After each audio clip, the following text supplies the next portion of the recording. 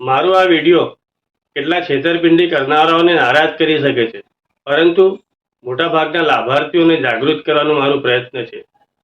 વડોદરા શહેરમાં પૂર જેવી પરિસ્થિતિ સર્જાઈ, પણ વડોદરા શહેરના સૌથી મોટા વકફ ટ્રસ્ટ તરફથી શહેરના નાગરિકોને કોઈ લાભ ના મળ્યો.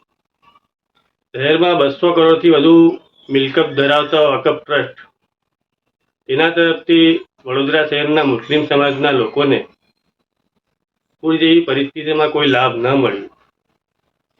જેના ટ્રસ્ટીજ વકફ ટ્રસ્ટની મિલકતમાં ગેરકાયદેસર કબજેદાર હોય, આવા વકફ ટ્રસ્ટ તરફથી કેવું સંચાલન થતું હશે, જે 200 કરોડથી વધુ મિલકત ધરાવતા આવી પૂર જેવી પરિસ્થિતિમાં પણ શહેરના નાગરિકોને કોઈ લાભ ના મળે.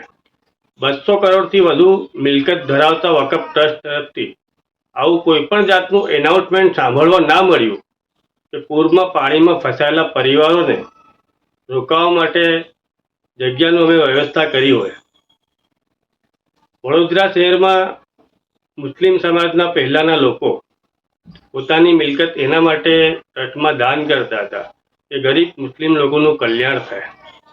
આટલી મોટી વકફ ટ્રસ્ટની મિલકત ધરાવતા વકફ ટ્રસ્ટ તરફથી શહેરના નાગરિકોને સમયસર એનો લાભ ના મળે, ટ્રસ્ટનું કેવું સંચાલન થતું હશે તમે વિચારી શકો છો. અને આનું જિમ્મેદાર કોણ? વડોદરા શહેરના જવાબદાર નાગરિકોએ આગળ આવીને આવા વકફ માફિયાઓ વિરુદ્ધ કાયદેસર પગલાં ભરવાની જરૂર છે. અને આટલા મોટા ટ્રસ્ટમાં સારી રીતે કાર્ય થાય તો શહેરના મુસ્લિમ સમાજના લોકોને સમયસર એનો લાભ મળે.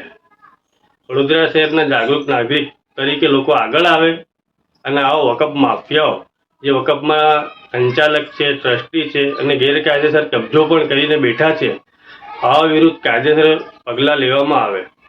સાચી અને સચોટ માહિતી માટે ઇન્સ્ટન્ટ ન્યૂઝ ચેનલને સબસ્ક્રાઇબ, લાઇક અને શેર કરો.